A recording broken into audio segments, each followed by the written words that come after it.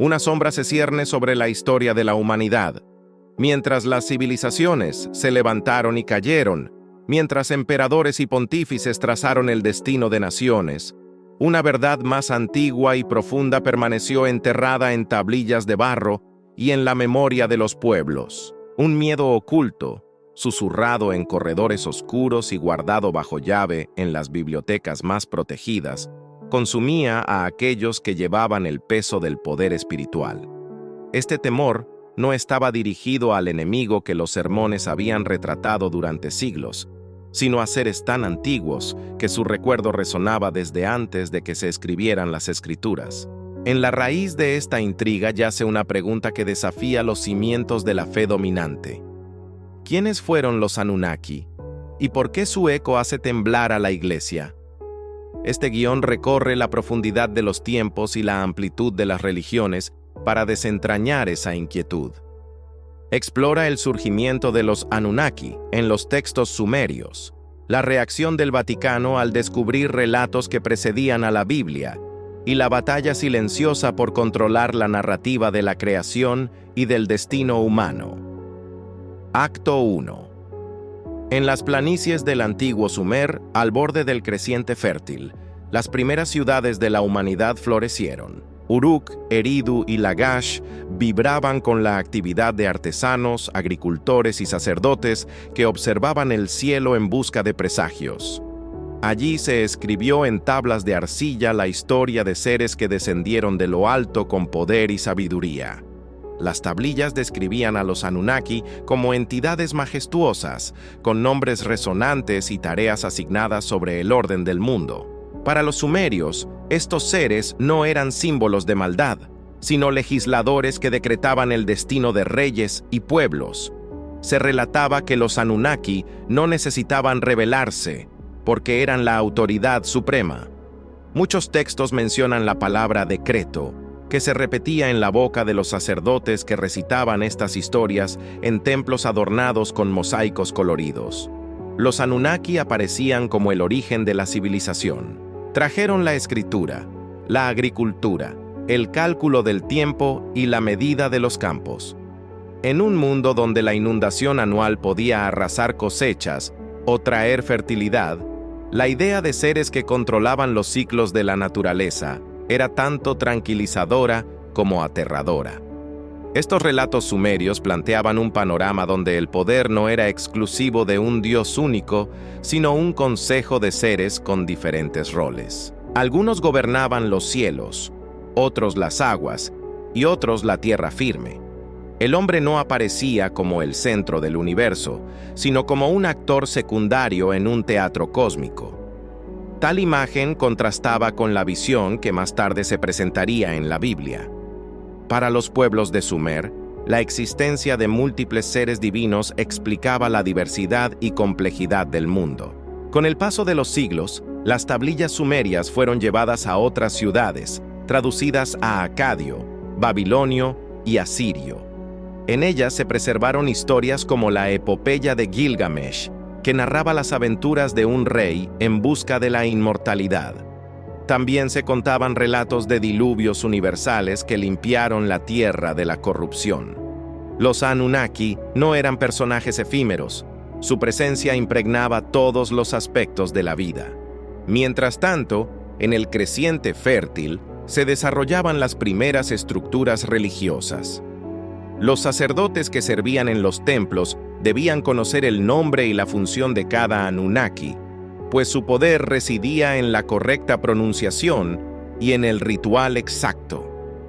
La religión era un sistema preciso y complejo que integraba astronomía, matemáticas y ritual. Este nivel de sofisticación provocaba asombro en los viajeros y mercaderes que llegaban desde Egipto o el Mediterráneo. Acto 2000 de años después, en otro lugar y en otra cultura, se compuso un texto que sería conocido como Génesis. En él se narraban la creación del mundo, el jardín de la inocencia y la caída del hombre. Un solo Dios hablaba y todo cobraba vida. El hombre se presentaba como la obra central de la creación, destinado a dominar la tierra y dar nombre a los seres vivos. Esta versión de los orígenes escrita y reescrita por generaciones de escribas hebreos, se consolidó en un libro sagrado que integró la identidad de un pueblo. Sin embargo, los eruditos que siglos más tarde compararían el Génesis con los relatos sumerios descubrirían similitudes inquietantes. En ambos aparecen un jardín primitivo, un gran diluvio, la creación a partir de arcilla y la intervención de seres superiores. Para la mente inquisitiva, estas coincidencias no eran casuales. Se preguntaban si el Génesis había sido influenciado por las historias más antiguas de Mesopotamia. Si era así, la cronología se alteraba y la supuesta primacía de la versión bíblica se ponía en duda. Esta pregunta llegó a inquietar a quienes custodiaban los textos sagrados en Roma. Con el tiempo, la Iglesia Católica había interpretado el Génesis como un relato único y revelado por Dios. La idea de que hubiera narraciones anteriores con elementos semejantes abría la puerta a un debate peligroso. Si el origen del hombre no era exclusivo de la tradición hebrea, ¿qué implicaba eso para la doctrina de la caída y la salvación? Los primeros cristianos convivieron con las tradiciones judías y con el helenismo. Conocieron mitos de dioses que bajaban a la tierra, héroes semidivinos y profecías escritas por pueblos conquistados. Sin embargo, con el paso del tiempo, la Iglesia que se organizó en torno al obispo de Roma buscó consolidar una identidad doctrinal unificada. Y esa identidad requería la exclusividad de los relatos bíblicos. En ese contexto, cualquier paralelo con textos paganos se consideraba un peligro. La reacción natural fue la descalificación. Los Anunnaki eran interpretados como demonios disfrazados, como proyecciones corruptas de la humanidad. Algunos teólogos argumentaban que el diablo, sediento de desviar al hombre de la verdad, inspiró tales relatos para confundir la mente y desviar la adoración que correspondía al único Dios verdadero. Sin embargo, esta explicación no resolvía el problema de la antigüedad de las tablillas. ¿Cómo podían demonios inspirar relatos 1000 años antes de la revelación bíblica? En los claustros, la discusión era más compleja que en las plazas. Los monjes copiaban manuscritos clásicos de Aristóteles y Platón, rescatados por los árabes. También copiaban textos apócrifos y crónicas de pueblos antiguos. Algunos copiaban versiones latinas de las epopeyas mesopotámicas. Estos monjes observaban similitudes entre las narraciones paganas y la Biblia, pero sabían que compartir sus hallazgos podía costarles la vida. Acto 3. En la Edad Media, la Iglesia se posicionó como la única intérprete legítima de la Escritura. Los concilios definían lo que era ortodoxia y lo que era heresía. La Inquisición, establecida para preservar la pureza de la fe, perseguía a quienes se desviaban. En este contexto de persecución, la simple idea de que existían relatos más antiguos que presentaban un origen distinto para el hombre era vista como subversiva. Los papas y cardenales, educados en teología y derecho canónico, sostenían debates en latín sobre la naturaleza del alma y el origen del mal. Pocos sabían leer sumerio o acadio, y quienes sabían lo hacían en secreto. Las bibliotecas de monasterios aislados en la península itálica, en Francia o en los Alpes albergaban textos que no debían circular. El control del conocimiento se convirtió en un método de control social. Con el Renacimiento del siglo XV, surgió el interés por los textos clásicos. Humanistas como Petrarca y Pico de la Mirandola promovieron la lectura de Platón, Homero y textos hebreos antiguos. Algunos viajaron a Constantinopla y a Alejandría en busca de manuscritos. Allí oyeron hablar de historias que hablaban de reyes antediluvianos y de dioses que enseñaron a construir ciudades. Pero esa información no llegaba fácilmente a Roma. Cuando los conquistadores europeos llegaron a Mesopotamia en los siglos XVIII y XIX, hallaron ruinas que confirmaban la existencia de las ciudades mencionadas en las leyendas. Descubrieron tablillas y cilindros inscritos con una escritura que al principio nadie podía leer. Estas piezas fueron enviadas a museos en Londres, París y Berlín. filólogos y lingüistas se dedicaron a descifrar los signos cuneiformes. En ese esfuerzo se revelaron relatos como la epopeya de Gilgamesh y el Enuma Elish. Mientras tanto, en el Vaticano, algunos eruditos, conscientes de estas excavaciones, intentaban anticiparse a lo que podrían revelar. Si los textos cuneiformes confirmaban la existencia de un diluvio universal, tal hallazgo podía ser utilizado para fortalecer la verdad bíblica. Pero si estos textos mostraban un relato de creación que antecedía a Génesis, podían convertirse en una amenaza. Por ello, se decidió controlar la información. La política de silencio se hizo evidente. La Iglesia, que en siglos anteriores había excomulgado a herejes por menos, optaba ahora por ignorar los descubrimientos.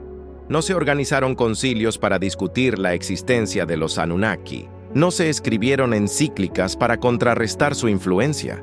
El silencio se convirtió en un muro, una barrera que se suponía suficiente para contener la marea de preguntas.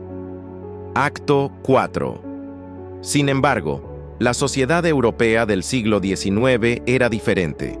El desarrollo de la imprenta, la expansión de las universidades y la creciente alfabetización permitían la difusión de ideas a un ritmo que ni la censura eclesiástica podía frenar. Las traducciones de los textos sumerios se publicaron en revistas científicas y llegaron a manos de intelectuales interesados en la historia comparada de las religiones.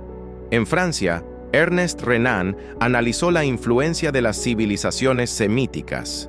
En Alemania, Friedrich Delitzsch pronunció una serie de conferencias conocidas como Babel y la Biblia, donde señalaba las similitudes entre los relatos sumerios y el Génesis. Estas conferencias causaron un escándalo, porque insinuaban que la Biblia había sido influenciada por fuentes paganas. En respuesta, teólogos conservadores defendieron la originalidad de la escritura hebrea, pero el debate ya estaba abierto y no podía cerrarse con argumentos de autoridad. La figura del diablo empezó a verse en un contexto más amplio. En la visión tradicional cristiana, el diablo era el principal adversario de Dios, un ángel caído que seducía a la humanidad hacia el pecado. Pero la historia de los Anunnaki abría la posibilidad de que existieran seres poderosos cuya existencia no se alineaba con la narrativa cristiana. ¿Cómo se explicaba su existencia? Algunos teólogos los equiparaban con los vigilantes mencionados en el libro de Enoc, un texto que la Iglesia nunca incorporó al canon oficial, pero que circuló en ciertos círculos cristianos. El libro de Enoc, un texto apócrifo escrito en hebreo y arameo, hablaba de unos seres que descendieron del cielo y se unieron con las hijas de los hombres, engendrando gigantes. Estos seres, conocidos como vigilantes, enseñaron a los humanos metalurgia, magia y astrología. La historia de los vigilantes se asemejaba a la de los Anunnaki, lo que sugería que ciertas corrientes judías habían recogido relatos mesopotámicos y los habían adaptado. Para la Iglesia, sin embargo, el libro de Enoc era un texto marginal. Lo toleraban en círculos monásticos, pero no lo consideraban inspirador. El hecho de que presentara a seres que enseñaron artes ilícitas a la humanidad reforzaba la idea de que eran demonios.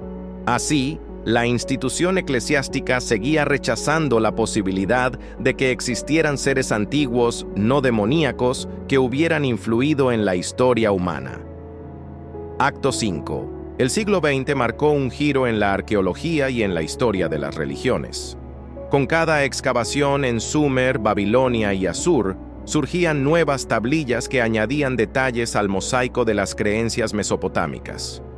Los nombres de Anu, Enlil y Enki aparecían al lado de leyes, himnos y narraciones.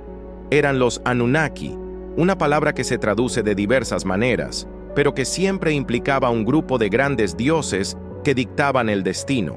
A medida que la ciencia de la asiriología se consolidó, surgieron estudios serios que comparaban la literatura mesopotámica con las escrituras hebreas. Se descubrió que el diluvio de la epopeya de Gilgamesh se parecía en muchos detalles al de Noé. Se señaló que la historia de la creación en el Enuma Elish tenía elementos comunes con Génesis. No obstante, también se vieron diferencias significativas que apuntaban a un contexto cultural distinto.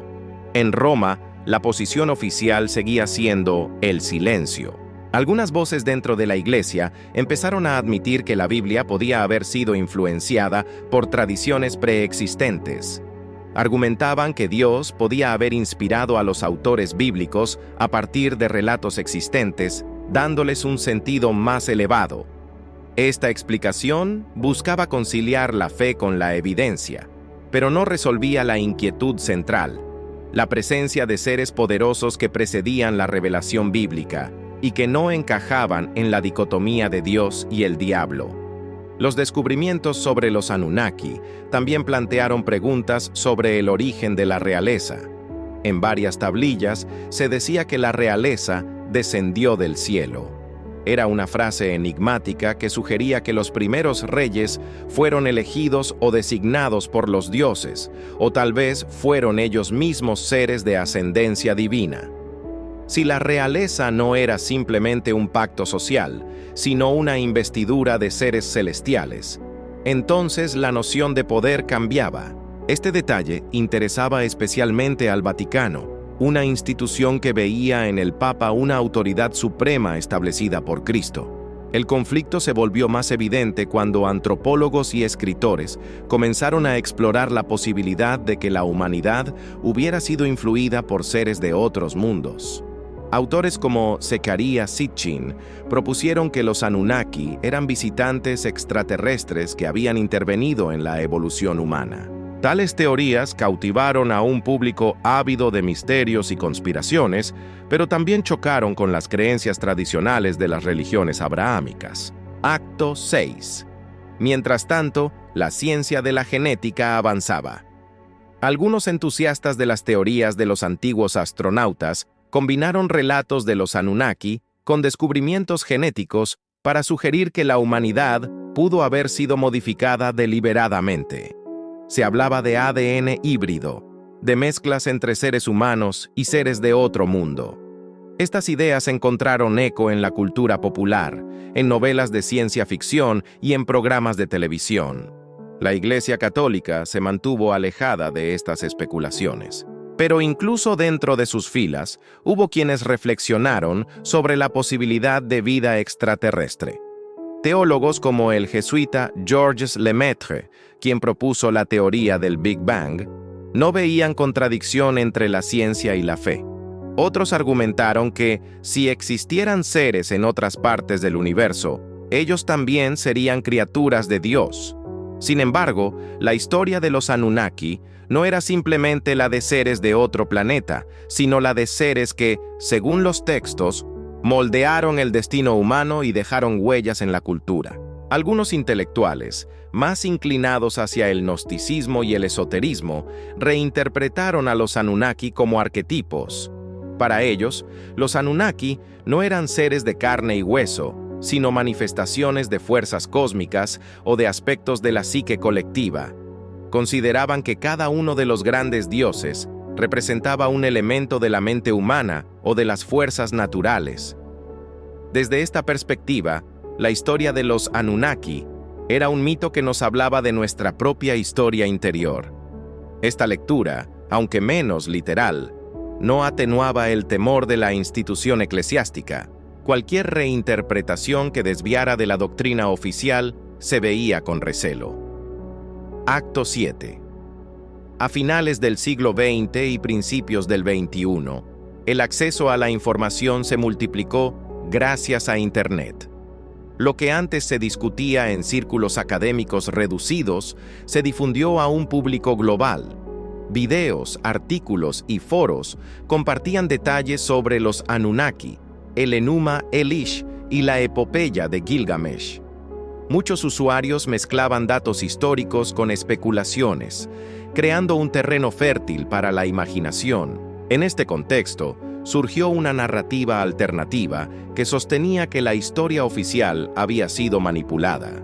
Decía que las autoridades religiosas y políticas habían escondido deliberadamente la verdad sobre nuestros orígenes para mantener el control. La figura del Vaticano aparecía entonces como una fuerza oscura que, en secreto, temía y silenciaba cualquier mención de los Anunnaki. Esta perspectiva, aunque basada más en suspicacia que en evidencia, ofrecía un relato potente para quienes se sentían desencantados con las instituciones tradicionales. La popularidad de esta narrativa alterna obligó a algunos portavoces de la Iglesia a responder. En entrevistas y documentos, aseguraron que la Biblia debía leerse en su contexto histórico y teológico y que la existencia de relatos mesopotámicos no restaba valor a la revelación divina. Algunos admitieron que los escritores bíblicos se inspiraron en tradiciones más antiguas, pero afirmaron que transformaron esas historias para transmitir un mensaje profundo sobre la relación entre Dios y la humanidad. Esta respuesta buscaba aplacar la curiosidad sin abordar directamente la identidad de los Anunnaki. En los círculos académicos, el debate continuó con mayor rigor. Asiriólogos, arqueólogos y teólogos compararon texto por texto, analizando las diferencias y semejanzas. Apuntaron que, en la literatura sumeria, los Anunnaki no tenían una moral definida en términos de bien y mal. Eran poderosos y caprichosos, pero no necesariamente malévolos. En cambio, el diablo en la tradición cristiana se definía por su oposición a Dios y por su deseo de corromper. Esta diferencia fundamental hacía que no se pudiera equiparar directamente a los Anunnaki con el diablo. Acto 8. El temor del Vaticano se entiende mejor si se considera el impacto que las creencias tienen sobre el poder. La Iglesia no solo era una institución espiritual, sino también política. Durante siglos, legitimó coronaciones, bendijo conquistas y estableció juicios sobre cuestiones morales.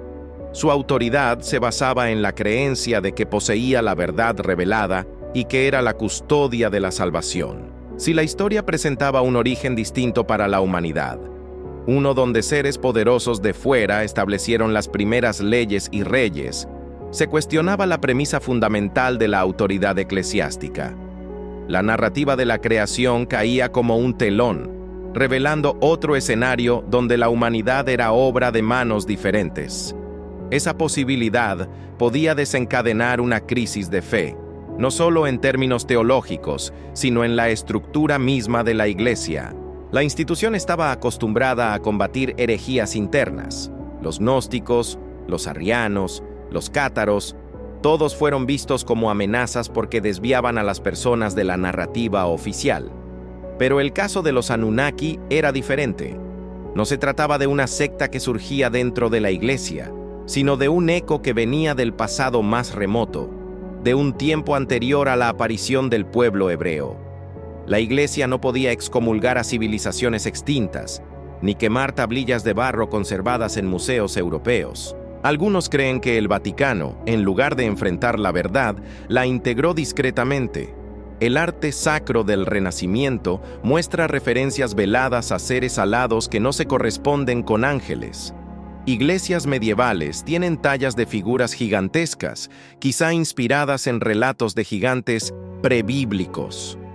La Basílica de San Pedro y otras catedrales contienen símbolos que algunos interpretan como reminiscencias de un conocimiento más antiguo. Aunque estas interpretaciones son especulativas, sugieren que la verdad se infiltró en la cultura cristiana de manera indirecta.